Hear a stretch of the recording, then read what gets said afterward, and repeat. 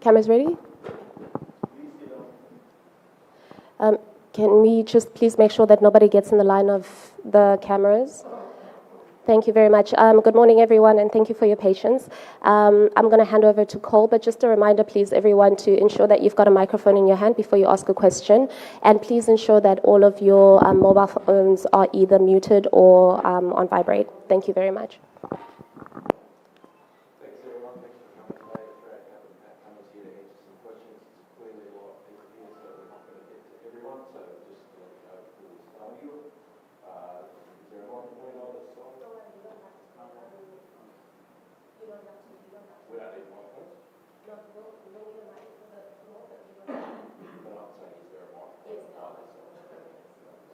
So if there's a microphone on this side, we'll start down in front here. We'll work our way back. We'll say to the other side, we'll start at the front and work our way back.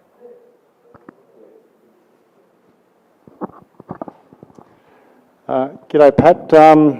First questions first. Have you had a look at the pitch? Yeah, just had a look. And what did you make of it? Again, I'm not a great pitch reader, but it looked pretty firm. They've only just watered it, so yeah, give it another 24 hours and have a look. But it looks like a pretty good wicket. Has it been used before? Yes, I think Pakistan played someone there. So how do you expect it to play compared to Calcutta? Yeah, hard to know. I think it's been a bit more high scoring here throughout the tournament. Yeah, it's been a pretty good wicket, so yeah, hard to say. Pat, all the best for the final. People are already building it up as India coming hard at you for the 2003 revenge as well as the WTC final, which you also played as a captain and won it. So, and Indians also have the home advantage. You expect the Indians to come really hard at you, especially when they are in a kind of form which Australians were in 2003 and 2007. Yeah, I mean, neither player from both sides were there in 2003, so it feels a long time ago. But we know it's going to be a packed house. There's going to be 130,000 fans here supporting India. So it's going to be awesome. They've been playing really well, undefeated this tournament. But we know at our best we can, give them a good shake. We've played them quite a lot over the last couple of years with success. So it's all building up for a nice final.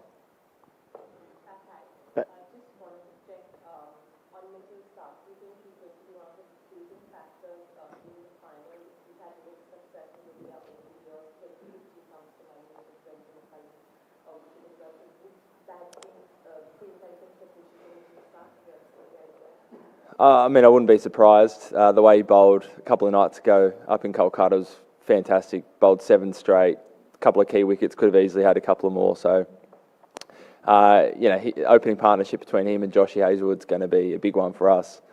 We saw what impact they can have on a game when they bowl like they did the other night. So they're both big game players. Played in a few ICC finals now, so know what it takes. Pat, you guys are no stranger to playing against India. As the start of the tournament, you have said that you have played India more than any team else. So just wanted to know that have you faced any other more dominating Indian side, or should I say any other more ruthless Indian side than this one? I think it's hard to say. They've certainly played really well this World Cup. I think we certainly I don't think we scored par in that first game, but we're one catch away from potentially being in front of that game. So there's lots of, we won an ODI series here early on in the year.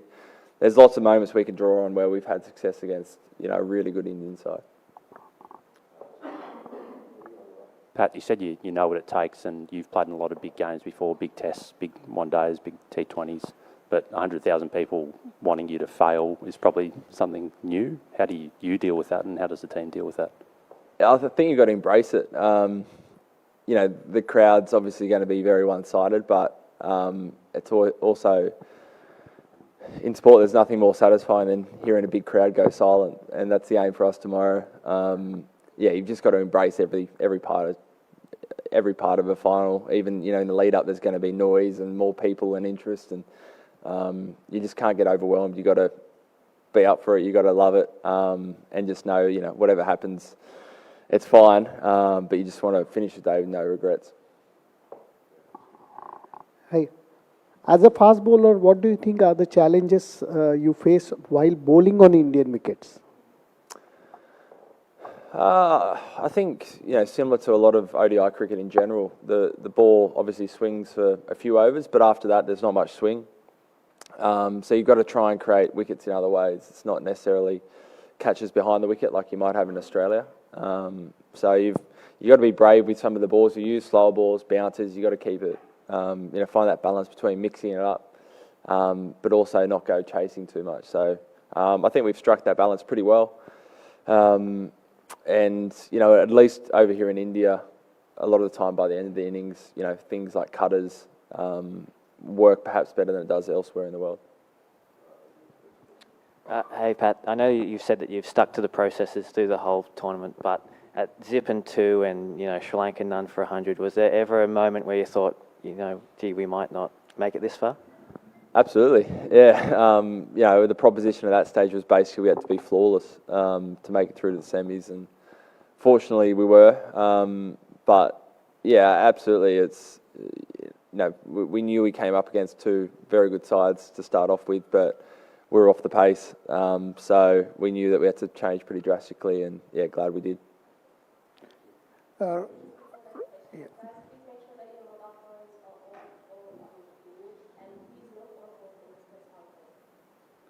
But reaching the final without a dominant show, unlike in the past, how does it feel to take on a dominant India? But does the tag of 8 finalists, 5 winners play a role? Yeah, I think with experience, and fortunately some of that experience is playing in World Cups where we've been dominant, we've won before. I think one of the pleasing things is I still don't feel like we've played the complete game. Maybe against Netherlands, but outside of that, we probably haven't. There's been no huge wins. We've had to fight for every win, but we've found a way to win. And different players have stood up at different times. So I think taking that confidence, knowing that we don't have to be at our absolute best to challenge any team, we can find a way through it. I'm sure we'll draw a lot of confidence. All the boys draw a lot of confidence from that going into tomorrow. G'day, Pat. Has everyone pulled up okay from the other night? And I suppose as an extension, do you expect to go in unchanged?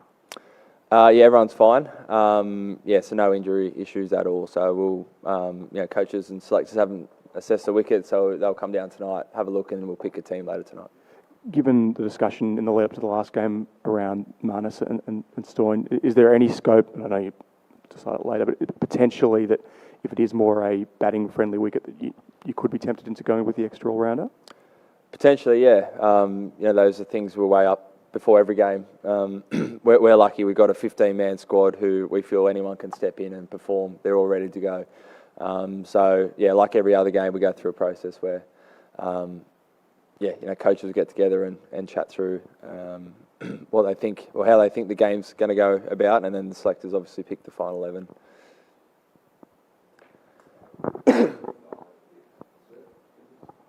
Which Indian bowler or a batsman challenging for your team tomorrow? They're all pretty well rounded in all departments. The one guy that didn't play at the start of the tournament who's done really well is obviously Mohammad Shami. He's a class bowler to right and left armers, so he's going to be a big one. But again, these are guys we've played a lot, so all our batters can draw on moments where they've taken on these bowlers and done well. Pat, just the year that you guys have had, like you've been on the road a lot, came close to winning a test series in India, sort of, the World Test Championship final, retaining the Ashes, and now from where you were against Sri Lanka to here, is this like the cherry on top? And like, how do you just sum up the year that you have as captain and as a team? It's been a huge year.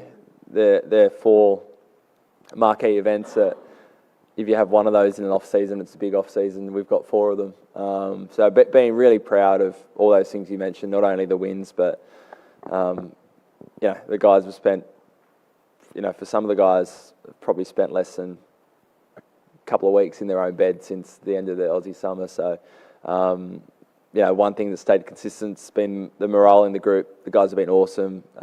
They're so up for every game they play.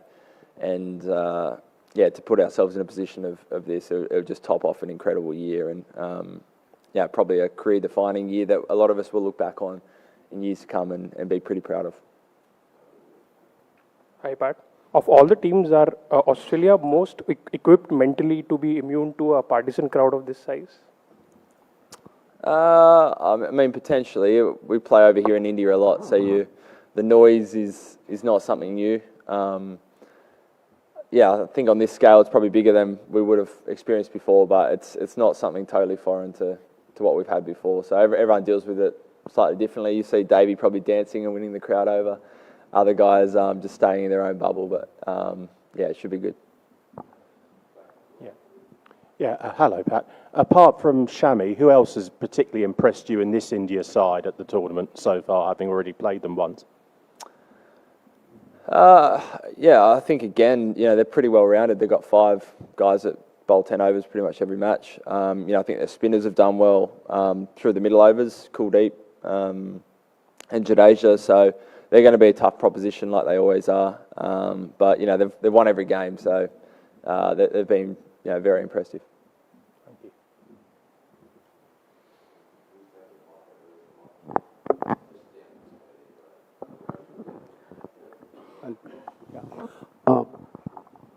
How much importance? How much importance you give to pitch going into a match, and what if it suits to host side? And do you expect, looking into this pitch, do you expect any change in tactics from Indian side?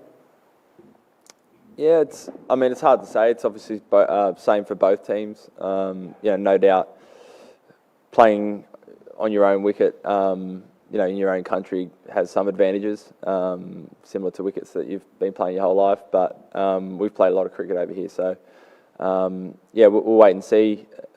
I think, of all the venues, perhaps this venue's, the toss isn't as important as, say, a Mumbai Wankhede Stadium or other venues. So we'll be ready in terms of anything they'll throw at us.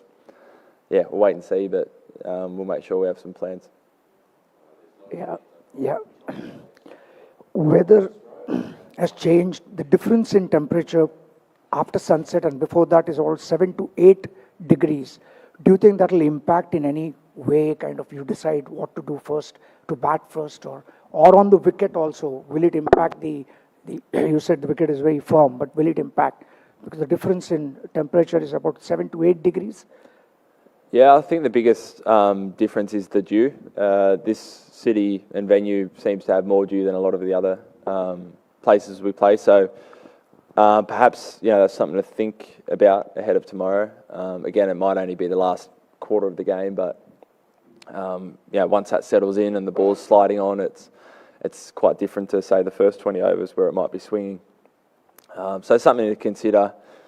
I think you kind of got to weigh up, batting during the day when it might be a bit easier than under lights, but knowing that late in the second innings it could also slide on.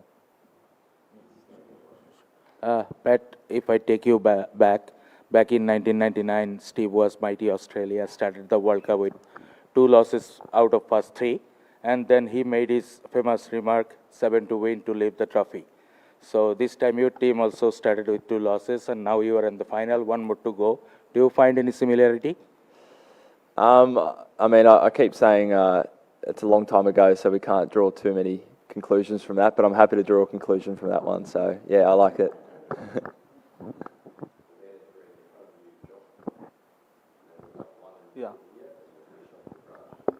Hi, Pat. Any special plan for Virat Kohli and Rohit Sharma? Was a specific plan, did you say? We'll have a couple of thoughts, and they're 2 class players, so we'll come up with some plans, but nothing specific. Pat, in the past, a lot of illustrious names have led Australia to titles. For you personally, what would it mean? Have you thought about what would it mean for you personally to probably do that? And is the ODI World Cup still the pinnacle, at least in terms of white ball cricket for you guys? It'd be huge. We were all kids not too long ago, watching some of those great teams win the 99, 2003, 2007 World Cups. And that's the opportunity ahead of us tomorrow, which is really exciting. And to be captain would be an absolute privilege to lift the trophy with these great bunch of blokes. So, it'd be awesome. And in terms of the pinnacle, I think it is right up there. It's got the longest history of kind of a world event where all the teams compete. You only get a shot at it every 4 years. So, even if you have a long career, you might only play in 2 of these events. It's 2015 still a career highlight for me. So I think tomorrow if we win, I might pip it. Here, Australia has a reputation of winning, know how to win World Cup titles. You guys are 5-time champions and going against 2-time champions.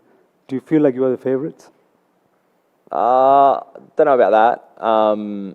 I think it's going to be an even match. I think you can make a case for either side. The good thing is I think we've got 6 or 7 guys that won it in 2015. So we know that feeling. Even more of the guys that were there in the T20 World Cup, different format, but pretty much everyone, at least a dozen of the 15 have won a World Cup and know what it takes and know that feeling and won't be afraid to go out there and be brave and take the game on. Thanks all.